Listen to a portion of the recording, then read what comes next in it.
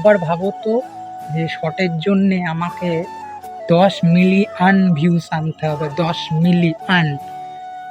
তো 10 million views আনতে গেলে কতগুলো ভিডিও ছাড়তে হবে ভাবতে পারছো?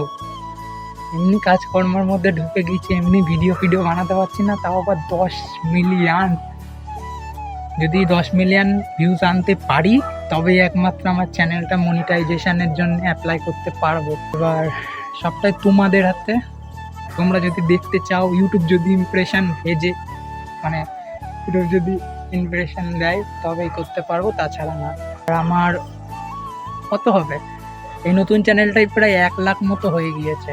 মেন কথা হচ্ছে এটা করতে গেলে না মাথার ঘাম পায়ে ফেলতে হবে, যেমন কাজ করে করতে হয়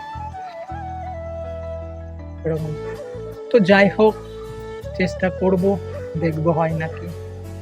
ছোট একটা স্বপ্ন যদি পূরণ হয়ে যায়, তোমরা যদি করতে পারো।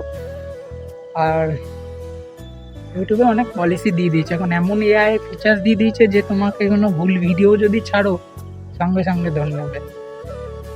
এবার দেখি কি করা যায়। মিনি ব্লগ তো দেবোই, মিনি ব্লগও দেবো, বড় ভিডিও ছাড়বো। যদি কোনো প্রকার যদি কোনো দিন ভাগ্য খুলে যায় হয় তাহলে সত্যিকারে খুলে যাবে। তো এটুকুনি বল, তোমরা যদি চ্যানেলে নতুন হয়ে থাকো, যদি ভিডিও ভালো লাগে তবেই চ্যানেলটাকে সাবস্ক্রাইব করবে, আর যদি না ভালো লাগে তাহলে সাবস্ক্রাইব করার দরকার নেই, ছেড়ে দেবে, ঘুরে বেরিয়ে আসবে ওখান থেকে। তো যাই হোক, আজকের জন্যে বাই। এইটুকুনি বলার ছিল যে 10 লাখ ভিউজ করার জন্যেই এত পর্যন্ত করে রাখতে হবে। তো তোমরা যদি চাও তাহলে এই ছোট্ট ভাইটার পাশে থেকো। দেখা হচ্ছে নতুন কোনো ভিডিওতে, ততক্ষণের জন্য